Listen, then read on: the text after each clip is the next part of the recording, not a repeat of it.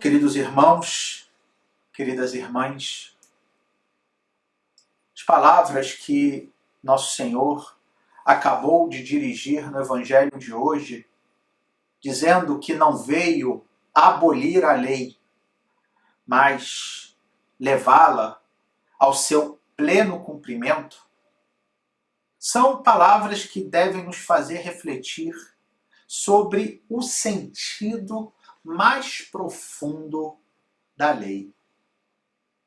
A questão é, queridos irmãos, queridas irmãs, que muitas vezes a ideia de regras, de lei, de normas, pode parecer um limite, aonde há regras, afinal de contas, há menos liberdade.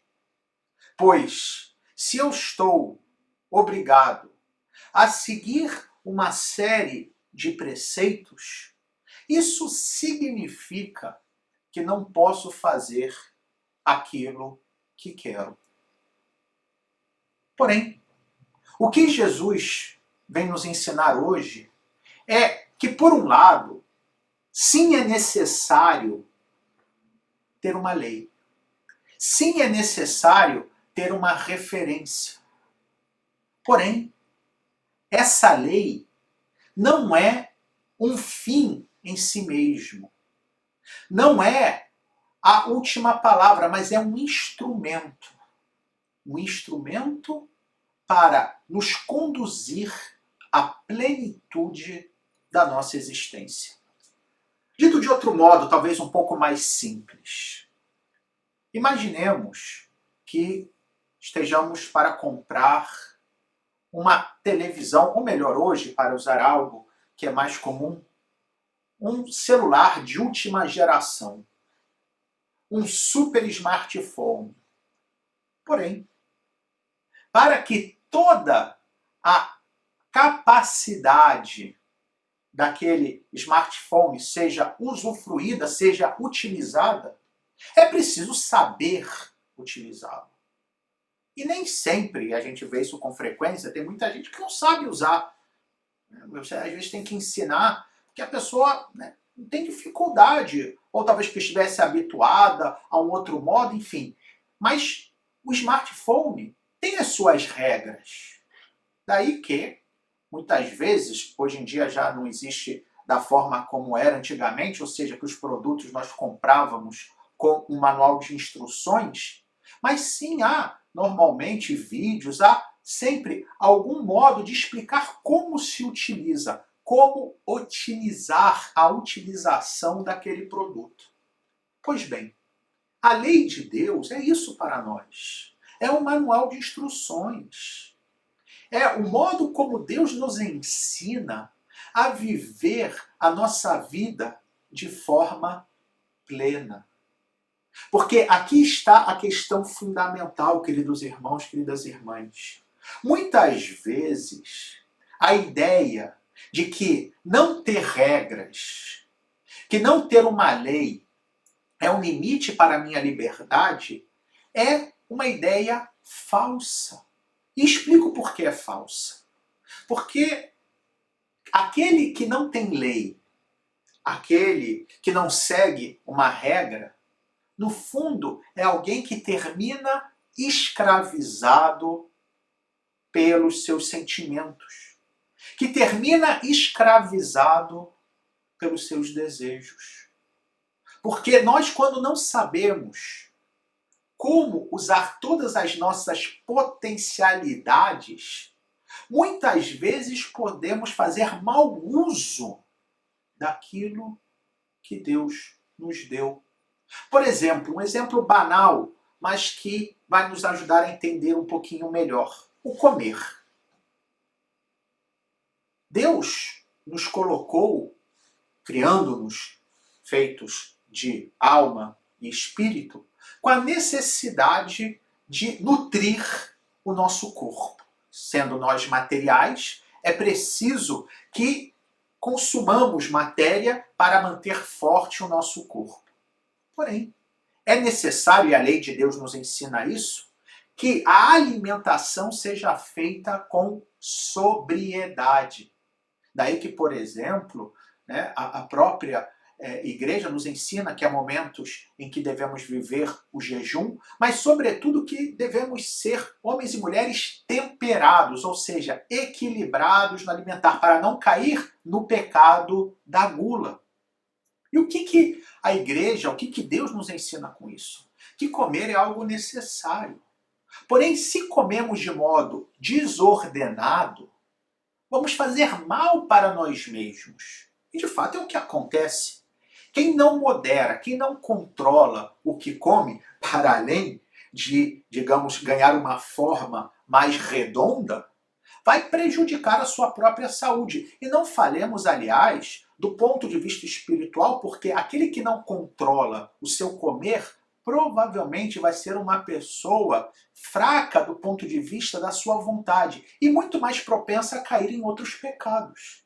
Daí vemos que, no fundo, quando se diz, olha, você tem que controlar o modo como você come, não é diminuir a minha liberdade de comer, mas é educá-la, para que eu não esteja como que à mercê de desejos que, no fundo, vão, a longo prazo, fazer mal à minha existência. Por outro lado, e aqui algo ainda mais profundo para que tenhamos em conta em relação a como a lei de Deus nos protege, é que nós também muitas vezes podemos ser enganados por falsas propostas de felicidade. Nós vimos isso claramente na primeira leitura de hoje, do primeiro livro dos Reis, quando vemos o profeta Elias nessa, podemos chamar de disputa com os profetas de Baal, os 450 profetas de Baal, que era uma divindade estrangeira, um falso deus, um ídolo. E o que é que acontece?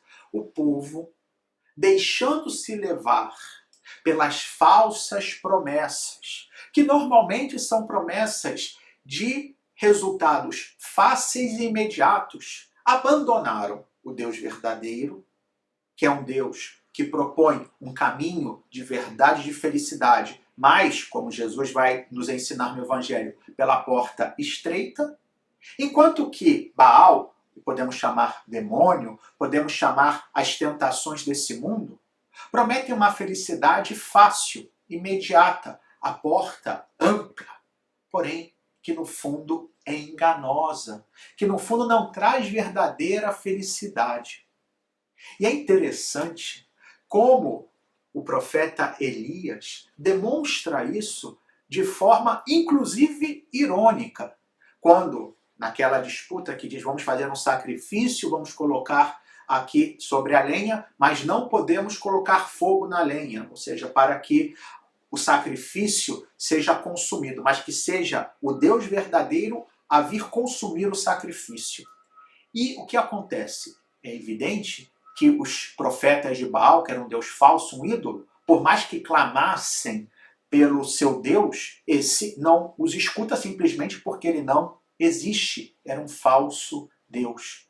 E Elias começa a debochar, olha, gritem mais alto, porque talvez ele esteja dormindo, talvez ele tenha ido passear.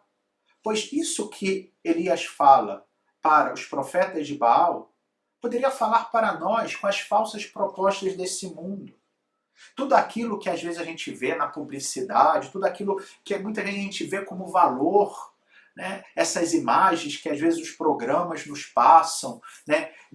Até valores de beleza, valores daquilo que significa ser feliz, são falsos, porque na hora da necessidade, na hora da prova, no fundo, são surdos àquilo que o nosso coração verdadeiramente precisa.